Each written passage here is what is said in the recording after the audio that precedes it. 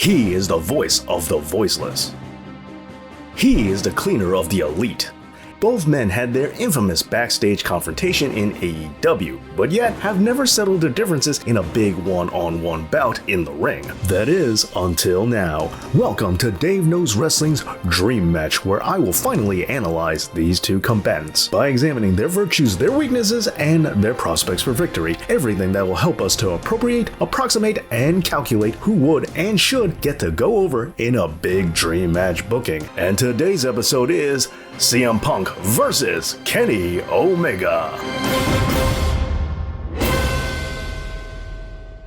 First things first, we need to pick a specific point in history for this hypothetical dream match to go down. Then we're gonna focus on a few career highlights throughout both men's careers. And then it's on to a breakdown of their win percentages. All this and more will be used to formulate the victor. Now, with all that being said, let's pick the specific event for our hypothetical dream match. While it has been reported that CM Punk and the Elite got into a backstage altercation after the event All Out, somehow Kenny and Punk have never squared off inside the squared circle. Now, with the aforementioned incident, it's quite clear that if this match were to ever take place, it'd be hard to find a better time than AEW's All Out 2023. Of course, as of this recording, that pay-per-view hasn't actually happened yet, but it's about as apropos as anything could be. And of course, this means that this bout will be taking place in the Now Arena right outside of Chicago. Additionally, the rest of the setup for this match is quite simple. In this hypothetical scenario, Punk would work everything out with AEW, and his return match as well as his first appearance on AEW TV ever since his exit would be this match, which would be the main event for All Out 2023. Okay, so now that we know when this match will be taking place, let's take a look at some career highlights.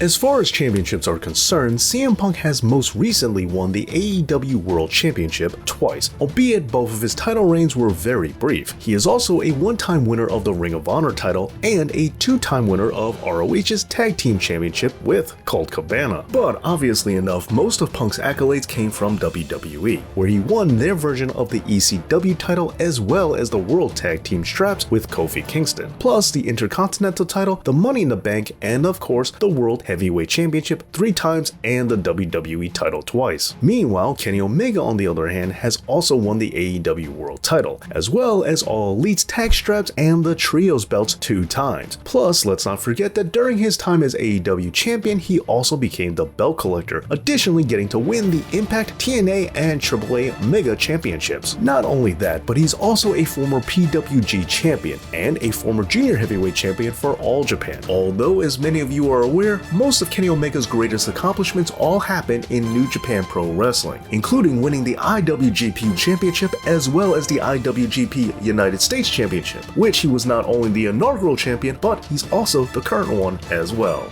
But while Kenny crushes Punk when it comes to tag team titles, Punk does come out on top for world belts, with the PWI recognizing AAA's Mega Championship, the Impact Championship, and the AEW Championship as world titles when Kenny's corresponding reigns occurred. However, weirdly enough, they did not recognize the IWGP Championship during Kenny's run, even though they do now. Furthermore, his TNA title is not to be considered a separate world championship from the Impact title, despite being a different physical belt. Now likewise, CM Punk's Ring of Honor title is not recognized by the PWI at the time that he won it, nor was his ECW title reign, although Punk's runs with the WWE, the World, and the AEW straps are all counted, with Punk scoring 7 world title reigns total and Kenny Omega only having 3. But we should note that Punk only has 712 days combined as a world champion, where Kenny Omega has 1,212 days, with Omega's 765-day reign with the AAA strap really being the run that put him over the top. Now remember, this is all according to what the Pro Wrestling Illustrated considers to be a world championship. And speaking of which, Omega has scored number 1 for the PWI 500 as well as being Wrestler of the Year in 2021 and winning Match of the Year in 2017, 2018, and 2020. Whereas Punk won Match of the Year and Wrestler of the Year in 2011, as well as winning Wrestler of the Year in 2012 and ranking number 1 in the PWI 500 for that same year. year. However, the pages of the Wrestling Observer tell a different tale. While Punk's match with John Cena at Money in the Bank in 2011 was also recognized as Match of the Year, Kenny too duplicated his feat from the PWI in the Observer, winning Match of the Year 3 times. Twice for 2 of his matches with Kazuchika Okada and once for his match at AEW's Revolution, where he partnered with Adam Page to take on the Young Bucks. Additionally, Kenny Omega has also been declared Wrestler of the Year twice by the Observer and was inducted into their Hall of Fame in 2020. Okay, so now that we reviewed the highlights of both men's careers, it's time to take a look at the calculations. Hi, Dr. Dave here, and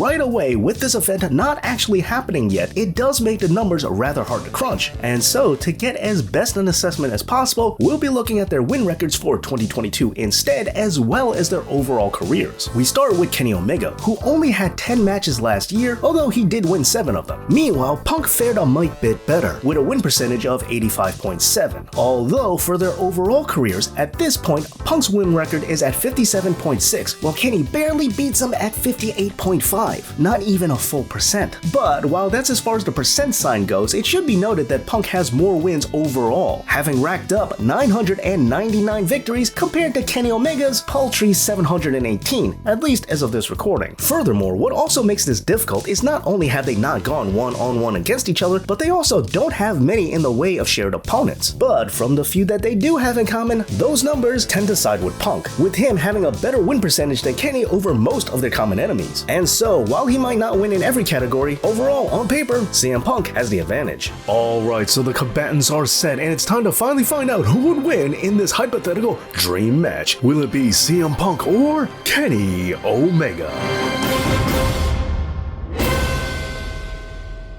And your winner is Kenny Omega.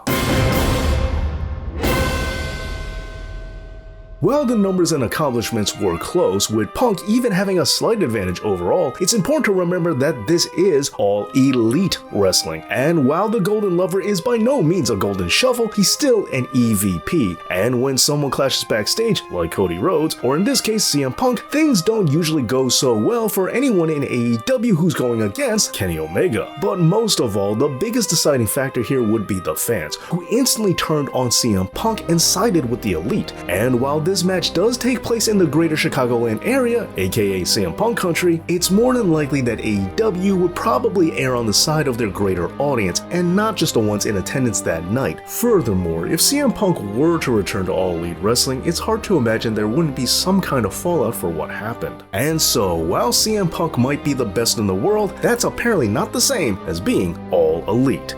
And that's why your winner is the cleaner, Kenny Omega.